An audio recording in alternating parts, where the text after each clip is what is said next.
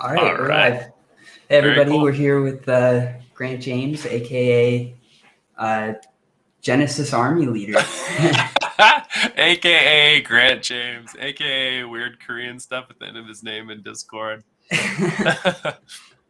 Glad to be here. Thanks for having me. I actually really like your Twitch channel, so big fan. And this StreamYard thing, I'm also a big fan of that. I need to test that out because it's just super cool. So Yeah, here I can put both of us up, make us bigger. It's kind of fun. yeah. Let me pause my there. Now I muted myself. I'm gonna bring this over so I can see it in a new window.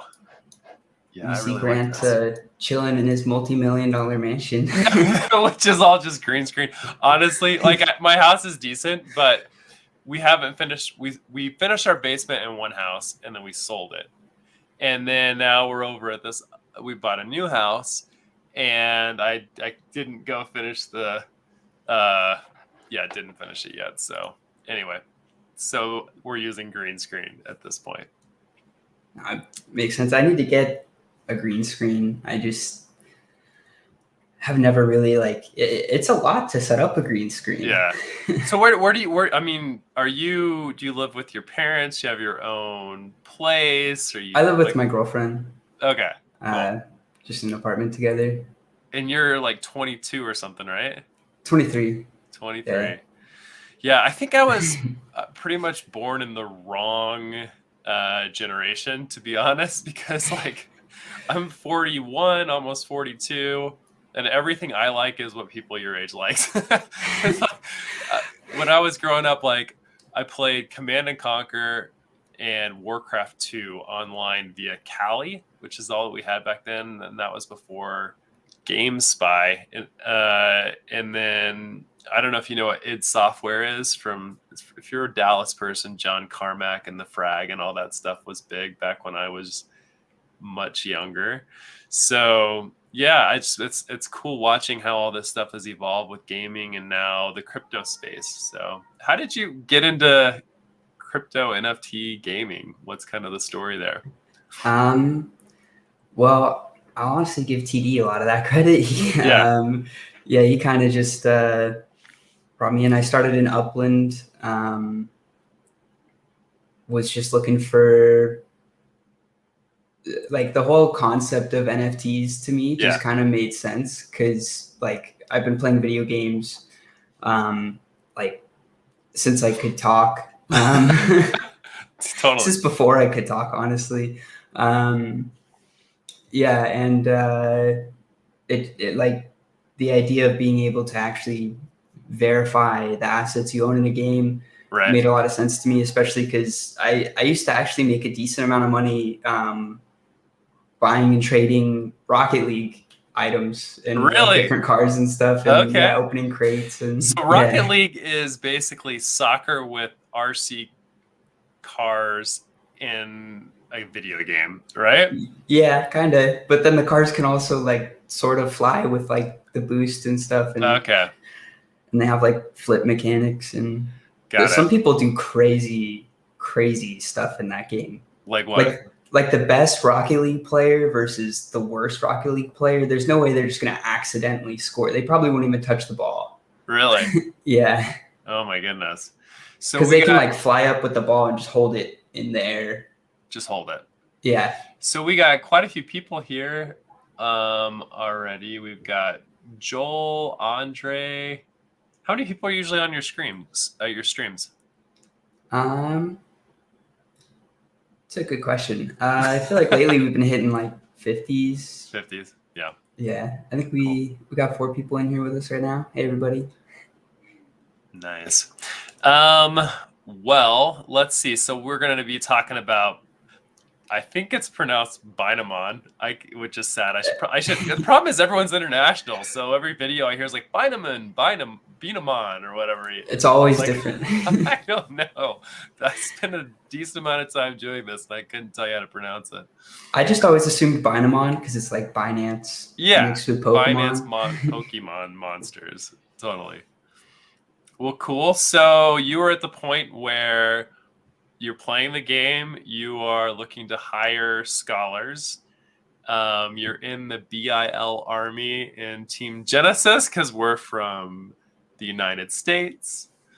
And what's been kind of your experience so far with Bynamon? Pros, cons? Well, probably my initial experience was there's no way I was gonna be able to play with all of the monsters. Yeah. Because an hour is a long time. Seriously, yeah, it totally is. Yeah, like you're sitting down and putting. But then again, if you're not that good at it, suddenly an hour is like 20 minutes. Yeah, that's very true. So. Yeah, and a little of what you were telling me about, like the different strategies to like what you should attack on the different levels, and I've kind of played every round like just trying to get all the way to the end, like as far as I can, and I skip different monsters and just try to check off the list. But totally, I feel like there's definitely some strategy there. One of the things that I've noticed, like if you have a higher class card, suppose you're using a Bitcoin or Bynamon card or something like class 7, class 8. As you're going, you'll find better monsters faster. So like you'll find bears and things like that sometimes people will go 5 minutes without seeing one of those, So I went like 15 minutes, I think, on one run without finding a bear. I know. I was going nuts. Somebody had a post that's like me trying to find a bear to advance, and it's just like a skeleton because I'm sure they're probably like, class 2 or Dogecoin or something like that, and couldn't find it. So where do you've played Axie, you've played Bynamon, what do you see, what's better with each of those? Do you think that Bynamon has a chance of getting big? Like, what do you see? I definitely think Bynamon has a chance of getting big, especially because like the whole system of staking the NFTs and then just sending somebody a code, that already is a lot easier in my mind. And then what's it like as a do you have a setup that we could look at that's what your Axie scholarship stuff is like? No, our trainer Berger, he handles all of it.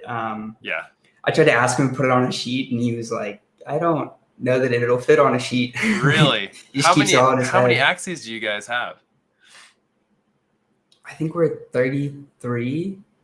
33 Axies? Yeah. Got it. And those are, what do you sell an Axie for? Like 0.2 Ethereum or something? Or what are they worth, When I bought the Axies, I think for all three, it was like a full Ethereum. Yeah. It's not cheap, which today is like $4,000 for, it's like $1,000. Yeah. It's today it's like $3,000. Yeah. ETH took a punch to the gut. A little bit of a welcome to the world of crypto. It's like, it's going crazy. And then it's like, hold on for dear life. Not too much longer later. I like it though. For me, like before I got into the gaming side of things, I was very much more like a charts guy where I had alerts that would go off at night and I'm waking up and it's just all about price. You're trying to get profit on it. For me, one thing I like about the games is there's just so much more to do. There's like the whole scholarshiping piece is interesting. Staking things is interesting. The new missions are pretty cool. Yeah, missions playing. I mean, I think it's good for them to get like a good TVL, like total value lock level as well. That's definitely healthy for the token.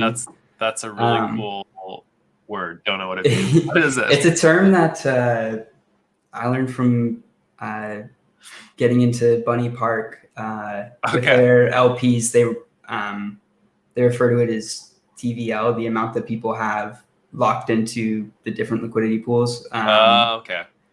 But it is kind of like a back value almost. Yeah. Based on like how much is locked in, because it shows that like. Yeah, I mean, I was looking over the weekend and we were at like 19 million locked in with in circulation 43 million. And so I figure that's pretty decent. You're like 40% locked in at that point, I think that with price, a couple of the different things that have been a struggle is I think I get the feeling since I don't think there's as much FUD type of stuff going on. I really think that it's devs trying to pay for stuff. This is like what kind of happens. I think that when they've got 30 people on staff, and I don't know if you know this, but to get on one of these exchanges, it costs like $500,000. And so I think that like Bynamon or whoever has to actually send via cash the amount over to whatever the exchange is. And then, so it's like, if you want to get on 3 top 10 exchanges, you're talking $1.5 million of fiat money or other coins like ADA or Bitcoin you have to send over there. Then they go on and magically buy it from Pancake one day. And then it's like, oh yeah, this is now listed, because they don't want any, you can't do wallet to wallet transfers, which is interesting. So I feel like there's a lot of prep work that's going on as far as like building out a lot of the video game stuff, getting ready for these exchanges, and then prepping for some interesting marketing stuff. But I'm like really excited. I've been using this time to definitely just try to gather as much BMON as I can. So hopefully it really takes off. I didn't know this about Axie, but Axie has been around since like 2018, SLP 2019. Because all the graphs and stuff you find are all much shorter than that. It looks like since November or something, it just kind of took, started going, and then about 4 months ago just really took off. But I think a lot of these things have a longer story than that. You know what I mean? So yeah, I'll try to pull up the chart. Oops. Yes, this is SLP. Let's see how far back this will go. January 2020. So yeah, that's almost 2 years. Yeah. What does it say for AXS on that? Yeah, that's a good question.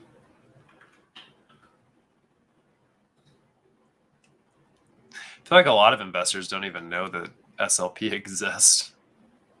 November 3rd, 2020. 2020. Okay. So yeah, we're really close to 2 years on that. Yeah. Like a month away. Yeah. So one of the girls, Princess Aragon, who I don't know, Jeffrey Lynn, I think is her real name, but she said that in the Philippines, I didn't know this. She said, but in the Philippines, people finish their work and they go home and their second job is playing NFT games, mainly Axie Infinity. Did you know that? That's like what they do there. Yeah, it's pretty crazy. Yeah, I literally had like no idea. So we've only been here since June 14th. So yeah, definitely still a lot of time for growth. Oh yeah. So yeah, I feel like when the app comes out, when we get on some of these big exchanges, you'll see some bigger movement. I'm just mainly looking for like healthy movement in general from the coin. But there's been so much, like one of my favorite things that just happened was, if you use the nft.bynamon.org site, I don't know if you want to bring that up or something, but it had some bugs on it before that were a little frustrating if you had a lot of cards, like kind of loading for a long time. But over the weekend, they fixed their whole caching issue, and you can actually do sorting based off of like power, cost, all those different types of things. So I just caught that today, and that is awesome.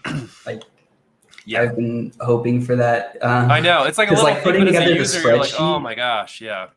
Yeah, and putting together the spreadsheet for the scholars and like trying to pick which Z1s to use. Like, I ended up just putting it all into a blank Excel and then sorted it in there to figure out where everything fit.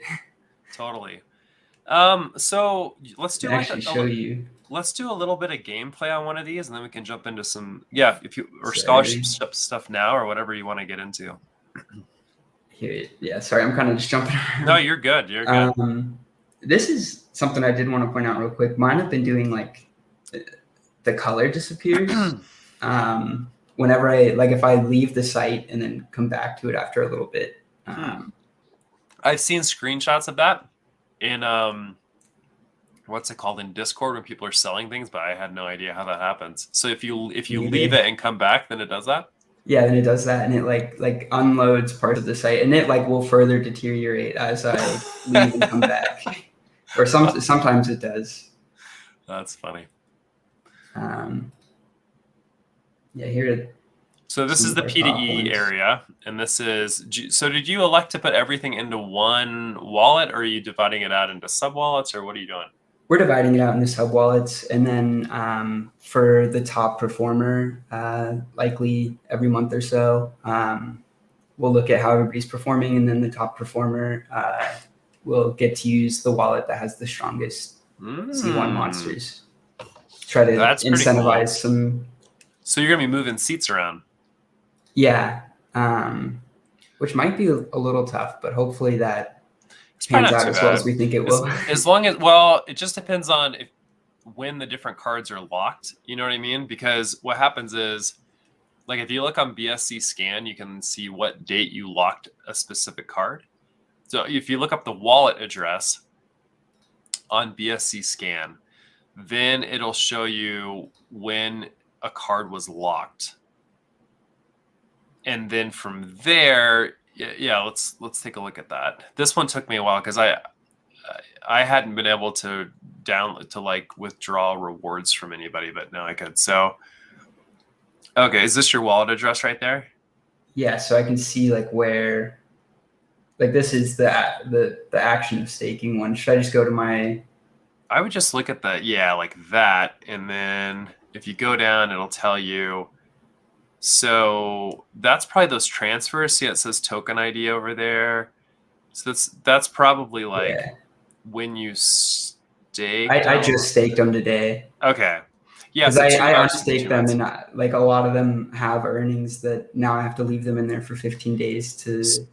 So like, that. yeah, X Kudo, one of the admins, he calls it the birthday. So that's like the birthday that it enters the wallet, and then it's 15 days from then that you can get the rewards, and then I think it's another 15 days for the next one.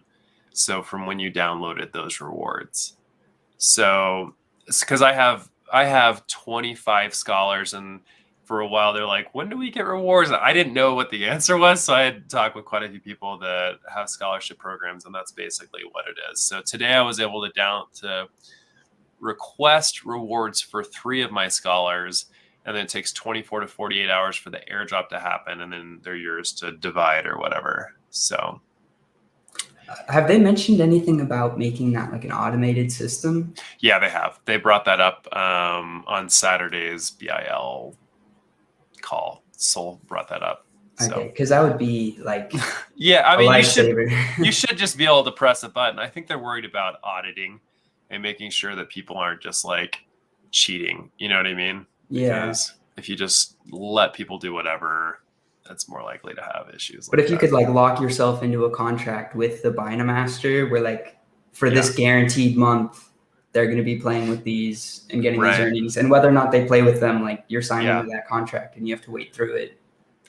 Yeah. For me, a couple things that I've seen, do you have access to my spreadsheet? Yes. Let me try to find it. Okay. You're also welcome to share your screen. I can pop it up. Okay, yeah, let's share my screen here. I don't know what I do, but share screen. Do I choose? There we go. Share. Okay, first timer here. Can you see my screen now-ish? Okay. So what I do is, so these are my 25-ish. Am I at 20? I guess 24 people that I have. And right now we're producing, I don't know how easy this is to see. Maybe I'll zoom in a little bit. We are producing about, today so far we produced 1,100-ish BMON, 1,800-ish BMON Z1, and we're almost at about 1 million points for the day. Part of this is that Z1 to BMON used to take 4.5 BMON Z1 to be 1 BMON, but now today it's like 1.6 because I think that Bynamon bought 400 B&B worth of Z1 to bring those prices closer together to help the scholars really benefit from it. Hopefully a lot of them are going to go buy more BMON from there, but we'll see whatever happens from there. But one thing that I do is every day I offer 10 BMON Z1 if you just finish all your cards, because I've noticed that that's kind of a big thing. Weekends are going to always be a little more challenging. Like I don't work on Sunday or anything, and I don't want to require other people to do it either. So just kind of whatever people can do. And then also I've started doing this leaderboard thing, which people have been pretty jazzed about. So basically,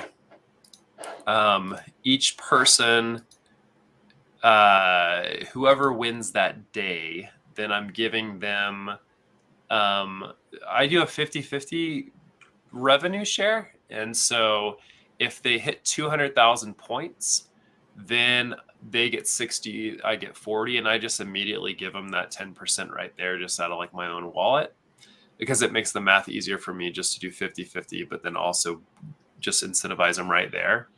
And then I also do a 50 BMON Z1 signing bonus. Those are just things that come out of pocket for me, but I've noticed that those things are really helpful for others. So, and the other thing I was going to bring up was, if I go to my server thing, we added this thing today in Discord called game strategies. And I think that some of these are like really interesting. So this guy, Saladina, he's from Brazil, and he gets about 200. He was our first. We hit 197 points, 197,000 points on Friday. Now we have two people that are in the 200,000 point club, which is just over here. This is where they make more money. But do you mind if I read this? Can I read this?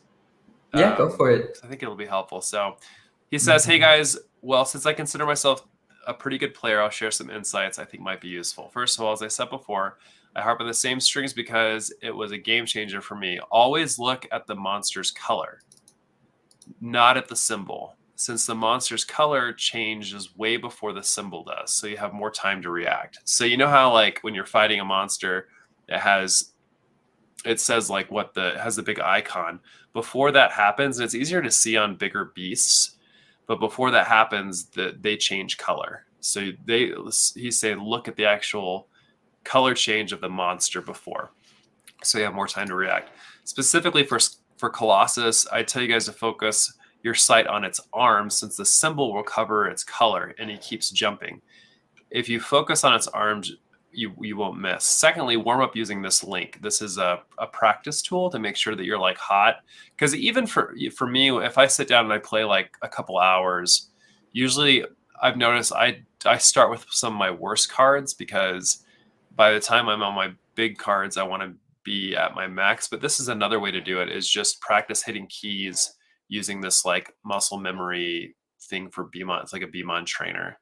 Last but not least, important, the monsters and levels that are worth farming.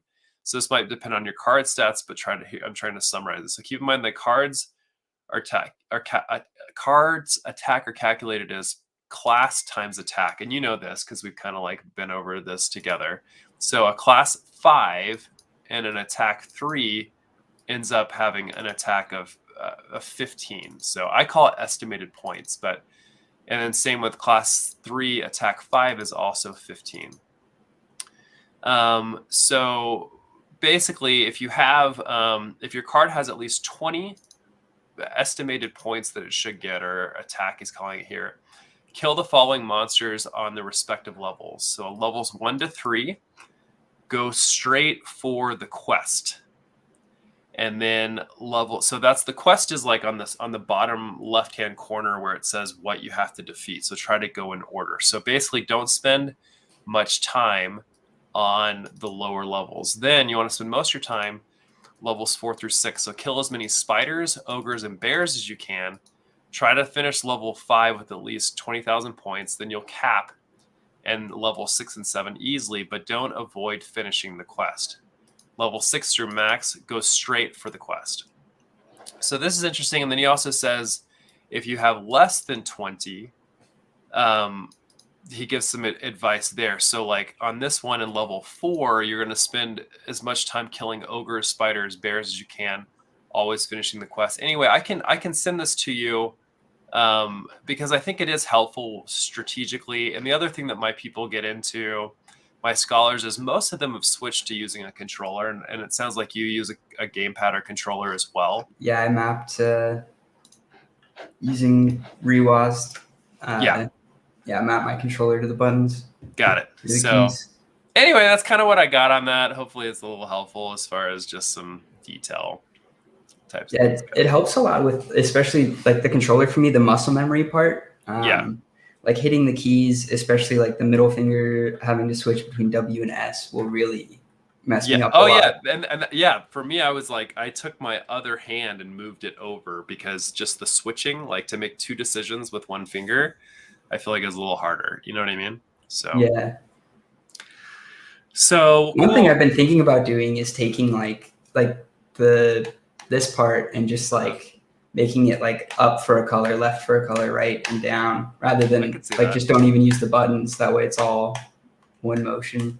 I could see that. You have to test that out. What works best for you.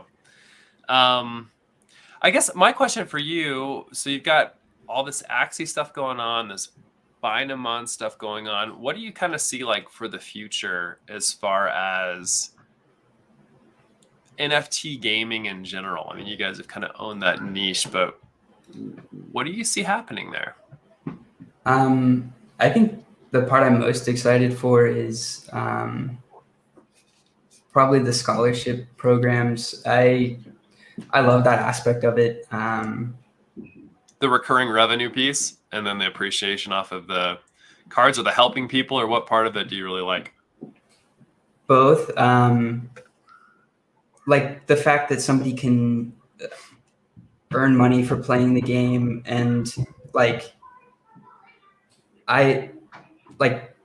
especially if there were a contract that just auto paid, like I wouldn't even have to pay them. Like I'm just getting a royalty basically off of their gameplay for owning the asset they're using, which I think is just like, it's pretty cool. A really cool system. Yeah. That and staking. I feel like if you have scholarships and you have staking, even if the price of coins does what crypto does, go up, go down, whatever, I feel like the fact that you can earn more coins and the fact that there's recurring revenue and asset creation, it reminds me a lot of real estate. You know what I mean? Like I'm going to go rent these, I'm going to go buy these rental homes, and then I'm going to have people pay me to stay in those homes, and the asset goes up over time. You know what I mean? I don't know. It kind of reminds me of like the business model like a McDonald's uses. Like a franchise? Like a franchise, basically. Yeah. Where do you see yourself? So you're in your early 20s. What do you see? Where do you see yourself 5 years down the road with all this stuff? Hopefully still doing what we're doing now. Back on stream with you. Just you and me. We've been sitting here for 5 years. Just kidding. So is this like a career path? Is this the thing? Is you're doing NFT gaming and that's it? Yeah, and hopefully cover some more projects and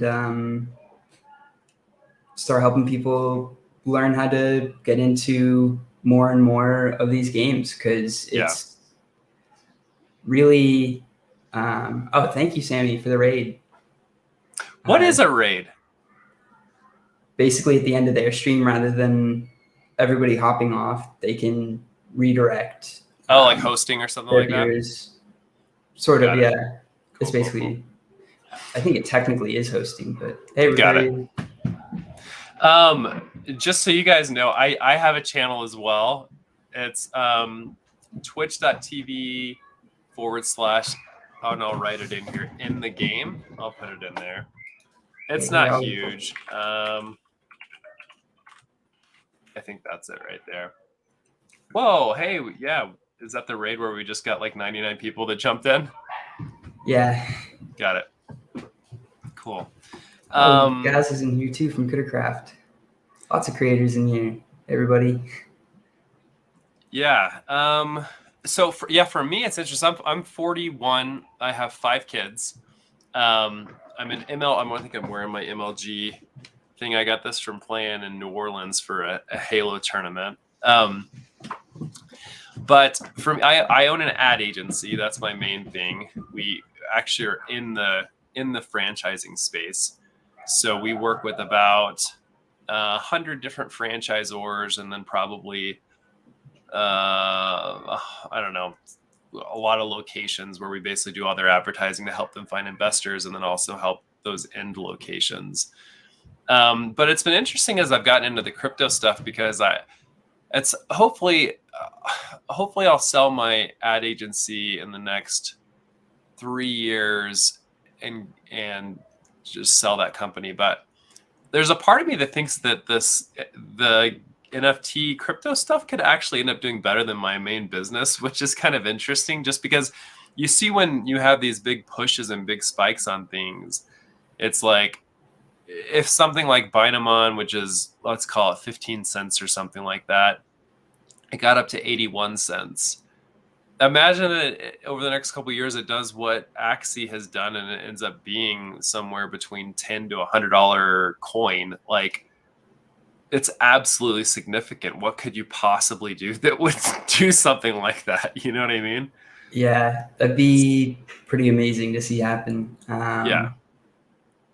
Well, especially if you got scholarship stuff going on too, and it's producing more along the way. So even when the price is moving up, you're still accumulating more. That's one thing that I think is cool about it, because I think that money has a hard time keeping up with those ratios, but the in-game currencies and using the systems that they have, you can still grow that amount even though the price is going up, whereas the money becomes like absurd. You know what I mean?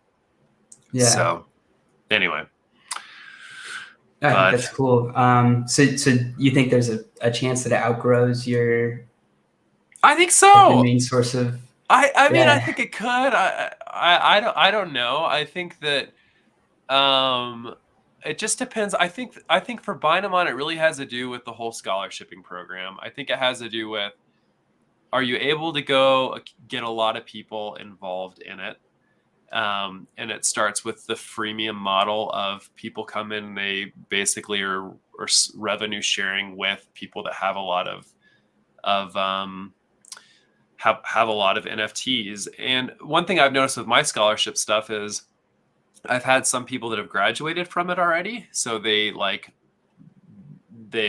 have grown through that program, and now they're starting their own. And I think that's like one of the best things that could possibly happen. You know what I mean? Just for like the health of it. So I think that if the scholarship piece goes well, the app goes well, we get on 2 to 3 big exchanges, and then the big game release happens. I think that by the end of the year, my opinion, we should be somewhere between, and it may oscillate somewhere between $1 to $3 a BMON would be my estimation, just because I know we got up to 81 cents just off of the mini game launch type of a thing.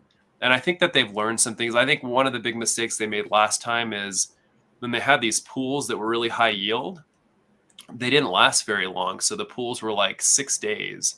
But now I feel like they're locking those in for longer, 20 to 45 days. Had they done that as things were going up, I don't think that we would have seen quite as much of a drop afterwards. You know what I mean? And then they had some double pools that I think were dangerous for some people, because people ended up just doing some price manipulation stuff to make those pools work in their favor. You know what I mean? So I don't know. Yeah, we'll see. Those are my thoughts. Yeah, I definitely think the mission concept is a good or healthy change for the whole ecosystem. Yeah. And like having a set time that you have it in there for, while it can be frustrating, because like I put some of my BMON into one of the earliest missions, and I honestly wish I still had that to put in the new ones that are coming out. Because you're like, well, because the AP, but if everyone else did the same thing, then the APY wouldn't be as good on the newer ones. You know, it's just sometimes timing some of that stuff. Or suppose you sold your BMON or your Z1 to BMON when it was like 6 to 1, and now it's 1 to 1.6 or something, like, if I would have just timed that right, then I'd have, much more accumulation. But it's always hard. I feel like in crypto, you're always going to get in at not quite the right time, and you have to figure out how to cost average down or stake or play or scholarship, whatever you got to do to accumulate more, because you can't control all the situations. You know what I mean? So yeah, there's a lot to it. Yeah. What for the watchers? What do most of you guys play? Are you guys mainly Axie people? How many of you play Binamon? I'd love to know what you guys are into. Yeah, do we have some Binamon players in here already? Possibly. How many of these people are active on your Discord stuff too? That's a good question. I think we're up to like 430 people in the Discord now. Yeah. How many of those are scholar type of people? Wax Nova Rally. Just getting into the gaming space, not a player. I hold some stuff. Yeah, I think it's interesting. Even for Binamon, there's like 66,000 people that have the coins, and then each of the NFTs is probably, there's hundreds of thousands of NFTs, but it's really in 5,200 wallets on each one of them ish. You know what I mean? You don't have any Binamon. Gotcha. I was into Binamon, but I'm on a Mac, so going to be a trainer instead. Yeah, I think the Mac thing, they haven't even talked about what they're going to do about. I mean, there's on their documentation, they say that they're going to do something for Mac and also for iOS, but it's not something that I've heard a lot of discussion about. Well, because like it's tough legally now. Yeah, like there's just a lot more red tape in the way of them releasing that. It's like, in-app purchases. What I mean is it's crypto. Like what do they do about that? You know what I mean? I don't know. But yeah. Anyway, well, I've got about 5 minutes, and then since it's kind of an off day of school for my kids, I've got 4 daughters and a son. I'm gonna head in just a minute, but does anybody have any questions specifically for me? Or not so much? Either way. And do you have any questions for me? Not really. The biggest question I had was if it'll if there will be a time where it's just automatic payouts to the scholars, because I think that would make everybody on both sides feel there will be safer. Yeah, I think so. That they talked about that on Saturday, so I think that they're working toward it. It's mainly about auditing right now and making sure everything just works. I've been really impressed with the speed that these guys have moved at. I love that Nico is a programmer himself, because sometimes he'll make decisions that people are like, oh, what about this and this? But if you look at it programmatically, he's building all the different building blocks that he needs for the game and releasing them and testing them with his audience. I like it. I mean, there's probably how many play to earn games are there even live right now in the marketplace? Like a lot more than I'm sure I know of. For sure. How many do you think there are? I bet there's thousands of play to earn games. Yeah. How many of them do you think have scholarship programs? Now that's the bigger question. And I think there are some where like there's definitely some private sort of scholarship going on. But the biggest ones I know of are so Axie, Binamon, and then Forgotten Chain is starting another BSC. It's like an MMORPG on BSC, and they'll have Forgotten Chain. Forgotten Chain. I know that Guild of Guardians has kind of a built-in thing with that. I have a friend who just spent $5,000 or something and bought a guild, 8 heroes, and some players. But when I look at it, I mean, I think that game's going to end up doing really well as Illuvium. I think those would both do really well. But to me, the different guilds are between 1.5 to 5% that you get as people play it. Now, I don't know if you owned all the NFTs yourself and then kind of scholarship them out. I'm sure you could get more above that, but to me, I don't know. It's not like that appetizing. You know what I mean? Like, because with my own scholarship programs like 50-50, I'm kind of like, 5% doesn't sound that cool. You know, I don't know. But I think someone should keep track of that. Like, how many scholarshiping games there are. You know what I mean? Because I feel like that so much is the future of it. I don't know. Maybe I'm off, but that's kind of how I feel about it. There's been a few mentioned in the chat, and then NFT Local here is asking what gives the token utility for BMON. What do you think? What do you think gives it utility? Honestly, the biggest utility I see is expanding your like program or any sort of scholarship program further as you earn more tokens.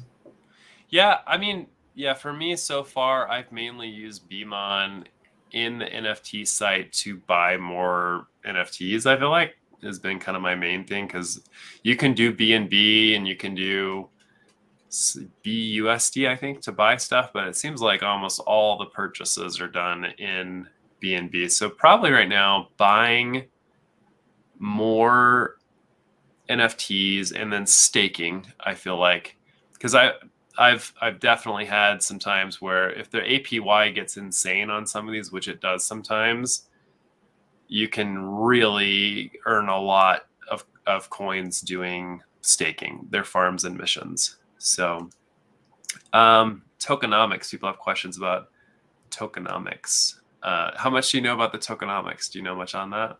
To be honest, I should do a bigger deep dive. This is kind of showing me that I definitely don't. Yeah. Here, maybe I'll share my screen and bring up the docs and kind of talk through what I know about it. Yeah, because there's like the 6 ways to earn. Yeah, and to anybody wanting to learn more, docs.binamon.org is where I would recommend heading. So can they see my screen right now? I'm not sure. Yeah, I'm going to pop it up. Yeah, okay. There you go. All right, so tokenomics on it. There's these different ways to earn, right? So we've got BMON. There's a lot of tokens, actually. Let me see if I can bring up my thing. So these are all the main tokens that they have right here. Most of my BMON is staked, so it doesn't show up here. But this is BMON, which is the main thing, similar to AXS and AXI. This is BNRG, which there's no use for this yet, but it's going to be used in the merging or upgrading of cards. So like if this thing right here is an attack, a class 3 attack 6 defense 1 or 10, whatever you want to call it, I should be able to upgrade the attack or the defense on this using BNRG right here. Also, there's supposed to be something with merging of cards. Maybe you can take 2 NFTs and put them together and one of them dies, kind of like Highlander type of a thing. That's also in the documentation. This is BMON Z1, which its comparison to BMON, to regular BMON, goes back and forth. I've seen it like 7-to-1 and almost 1-to-1 here. And I've seen this one be anywhere from like 2.5 or 3-to-1 to almost 1-to-1. So these things kind of move against each other a little bit. This one, BNRG, can be infinitely produced like SLP can. So I don't hold much of this in general. I mainly focus on taking all my stuff and converting it to BMON because I think once it hits the exchanges, this is going to be the bigger one of them. This has done really well lately because the BMON Z1 is what's used in the mini game, which is the only game that's out right now. Then you've got this thing right here, which if I go to my collection, so I've got a couple cards that are pretty big that I bought really early on in the game. So this is like the algorithmic value of it is like $320,000. No one would pay me that amount of money for them, but I could probably get 10 or 15% of that out of the cards. So here, what happened? This is really cool. Maybe other games do this. I'm not sure, but you can, through a contract, you can take your card and then, like Monopoly, you can flip it over, and then that becomes BG Power, and then I can take that BG Power and I can go to farms.bindamon.org.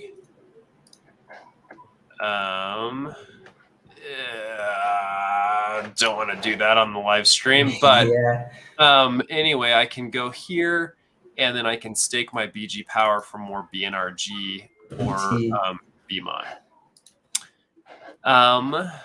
And then where was I? This one. Okay, so I think that's really cool. The way that it uses this, where you can basically say, hey, I'm not using these for the game. I don't have any scholarshiping stuff happening, but I can still turn it into something that stakes and gets pretty dang good rewards, to be honest. So is there a reason you have some of them unstaked? Is that due to like the passive battling? So I have to have at least one unstaked in order to do the missions. Because what happened was it looked like not as many people were playing the game because everybody took their cards and they flipped them over and they staked it. And that moves these from one wallet over to a single wallet. So it looked like there weren't as many players that there actually were because of that. So in the missions, they have you keep at least one not turned over. So I have two that aren't turned over. And I'll show you I'll show you my favorite card. Let me see here. Okay, this is my best card. It is a Galadriel Evolution. I have three cards that are in the top, two cards that are in the top 100. This one right here and another one that's similar to that. But I like this one because it's a higher class. The algorithmic value on it's higher. It's a class 9, attack 9, defense 50. And in battle mode, it does pretty good. So, and it's worth a lot. So the algorithmic value matches up kind of here with what you can stake it for. That's a pretty great card. What's this one right here? Do you remember? BE Power. Okay, so that's energy. Yeah.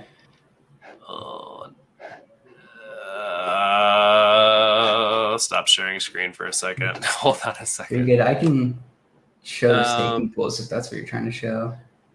Yeah, why don't you do that? My screen's off right now, right? Or no? Yeah, it's off. Okay. So yeah, you can put it into any of these three pools, and they kind of rotate throughout the different like earnings you can get for it. But I mean, these APYs are still pretty good. Yeah, well, I mean, they had some crazy ones when everything was like launching like insane. I mean, 9,000 APY, which is just yeah, like I definitely had some really, really good weeks during all of that. And they have like the missions with different APYs as well. There's 10 missions now. Wow. Yeah. The staking emissions, I think, are super, super cool. Like very, very satisfied with that. And I like it because if you think about it, if 90% of the people only have coins and 10% of them are playing right now, which is basically what it is, then you have to do something to keep those people engaged. And the fact that over 40%, I needed to look and see exactly what it is, but on Friday, it was like 19 million out of 43 million BMON that were in circulation were staked in these missions right here. So I think that that's like really telling about how people are just willing to hold on to things. And again, I think that the pricing issues in general on the coin have to do with the market, going down. And then also, I think that the devs have to take stuff out in order to pay for people and get on exchanges. And I think that as there's more stability in the future with that type of stuff, then that becomes less of an issue. But I don't mind it now because honestly, to be able to go in and buy a bunch of stuff for scholarships at super cheap has been fantastic. So I don't even mind it.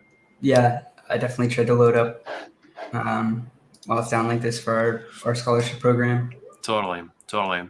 Well, I better hop. Hopefully this is helpful to some people. I will say I'm a big fan of what you guys are doing over at NFT Gamer TV. You guys have been awesome to work with, like some of the most pleasant, just nicest individuals, probably because you're from Texas as well.